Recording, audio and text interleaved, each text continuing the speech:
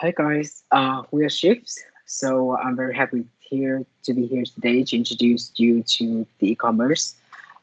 So our contents of summaries, as you can see on the screen, our presentation including 7 parts. So let's move to the first part. Why should we choose e-commerce? So the reason why we should choose e-commerce are because of the rapid change and the rapid growth and the change that has occurred in the first 2 decades of e-commerce represent just the beginning. What could be called at the first 30 seconds of e-commerce revolutions, improvements in underlying informations, technologies, and continuing entrepreneurial innovations in business and marketing promise as what change in the next decade as seen in the previous 2 decades. The 21st century will be the age of digital enabled social and commercial life. Uh, and the ally of which we only barely perceive at these times, the next few years holding the exciting opportunities as well as risks for news and traditional business to exploit digital technologies of market advantage. So, what actually is e-commerce? So, e-commerce involves the use of the internet, the World Wide Web, and the mobile app and browser running on mobile device to transact business. So more formally, e-commerce can be defined as digitally enabled commercial transactions between and among organizations and individuals. So the terms digitally enabled transactions include all transactions mediated by digital technologies, and the term commercial transactions involve the exchange of value, such as money, across organizational and individual boundaries in return for product and services.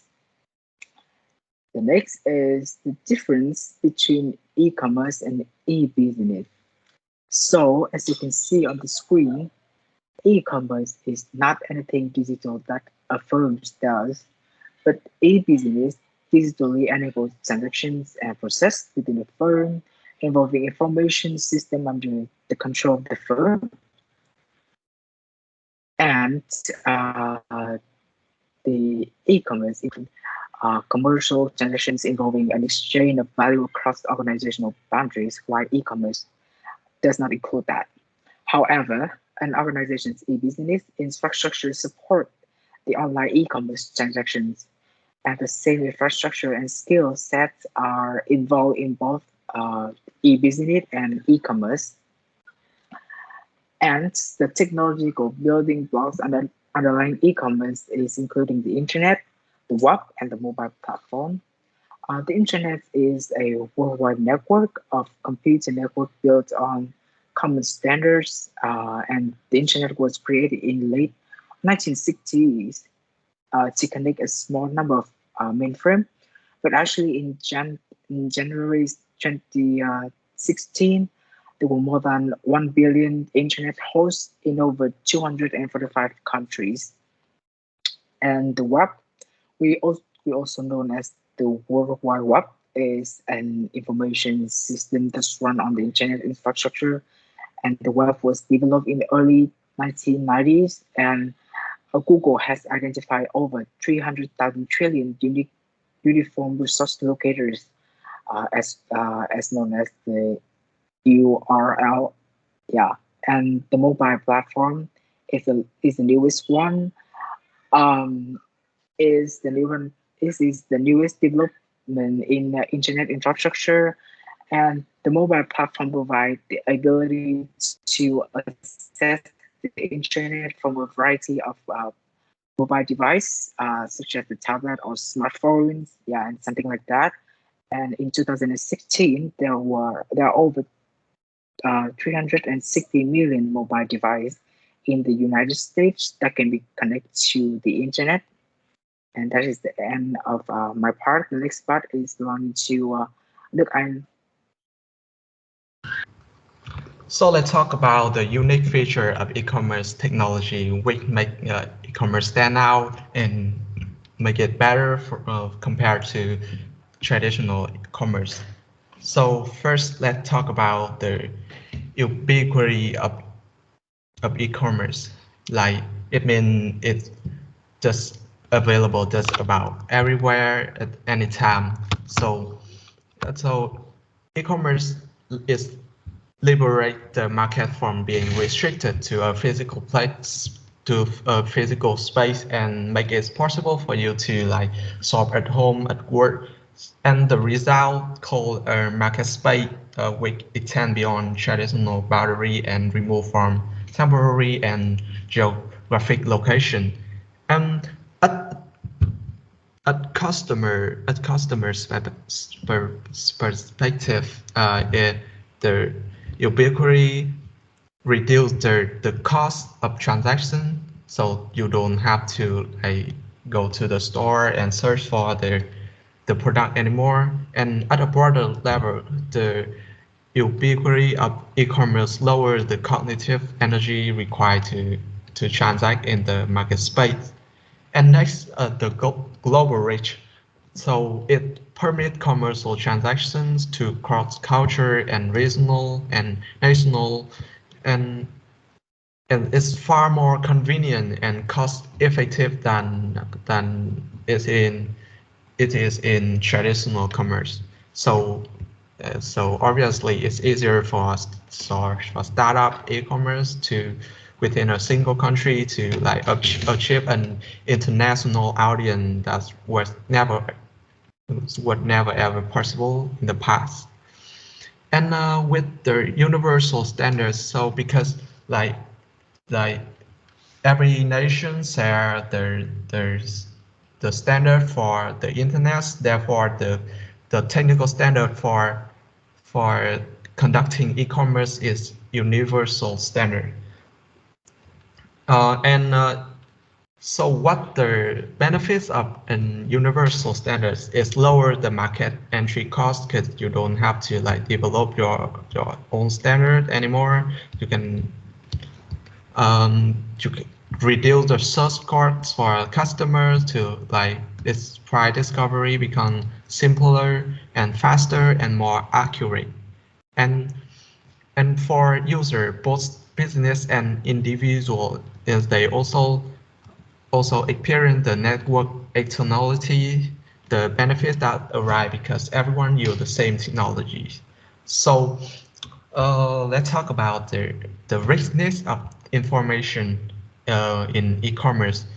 It like more more information richness than traditional media. Of course, like you can have interact with the customer, like you have comment and like share on social media, so you know your customer better, so and you can provide the provide the good and service that require face-to-face presentation by yourself first to a much larger audience.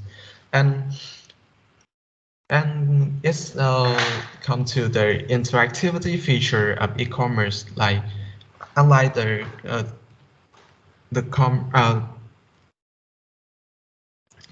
interactivity allows online merchant to engage customer in a way similar to a face-to-face experience. You can even more you can have like customer interact with customers. So Bye.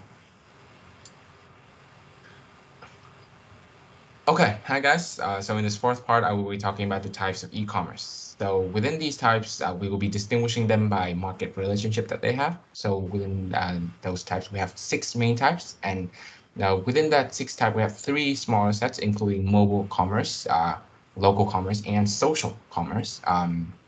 But first, let's get to the 3 main types, including B2C, B2B, and C2C.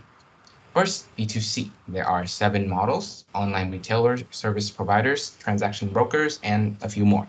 So B2C, the B2C model has grown exponentially ever since 1995 and is the most likely to be encountered by consumers, having like a very big, wide target audience. So there's much room to grow for B2C, but fortunately, it won't be growing forever. there is forecast about a halt to growing in, let's say, 20, 30 years from now. However, online content sales has a longer period of growth in the future compared to its relatives within the B2C sector. Moving on to B2B, this is the largest form of e-commerce with $6.7 trillion in US in 2016 and $19.8 trillion in worldwide in market size. It has significant growth potential as the figure is just a small portion of the total B2B commerce market. And within the B2B commerce market, there are only two models, net marketplace and private distribution network. Next, within the three subsets, within the three big types would be C2C. C2C market size in 2016 is somewhat more than 1 billion euro, statistic given by eBay in 2016, and consumers rely much on Market Maker to provide catalog, search engine, and transaction clearing capabilities to connect with other customers. Okay, so next slide, please. After the three main types, we have the three, let's say, subsets. First would be mobile e-commerce, which is short for which can be called shortly by m-commerce. This refers to the use of mobile devices to enable online transactions, which means you can do online transactions on your phone, basically standing anywhere. This has great growth potential thanks to the increased time spent on mobile devices, especially seen in the young generation, larger screen sizes, and mobile compatible designs experienced in any kind of website that you can see nowadays. Next would be social e-commerce. This refers to the e-commerce enabled by social networks and online social relationship. This has magnificent growth potential thanks to social sign-on, social search, integrated social commerce tools, and many more to help with social e-commerce. And it is very much intertwined with m-commerce, which was previously mentioned. The final type of e-commerce would be local e-commerce. This is focused on engaging the consumer based on its geographic location, it is fueled by an explosion of interest in local on-demand services, such as sharing a car, which we would have the app of Uber. So local e-commerce is the latest type of e-commerce, and that would conclude the part about where I talk about the types of e-commerce. Next will be Okay, before we start with a brief history of e-commerce, also I want to tell that my pronunciation is not good, so please forgive me. The first one of e-commerce history is from 1995 to 2000, the invention. The early years of the e-commerce were a period of explosive growth and extraordinary innovation. During this period, invention period, e-commerce meaning selling retail goods, usually quite simple goods on the internet. So the rapid growth in e-commerce were fueled by over 100 billion in US venture capital. And overall, this period of e-commerce were characterized by experimentation, capitalization, and hyper-competition.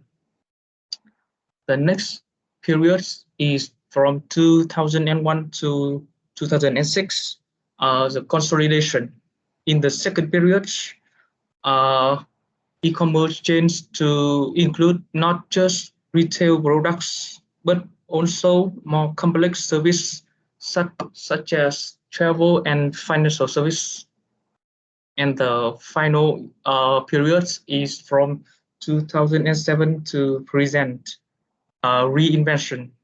And at the beginning in 2007, with the introduction of the iPhone to the present date, e-commerce had been transformed yet again by the rapid growth of Web 2.0.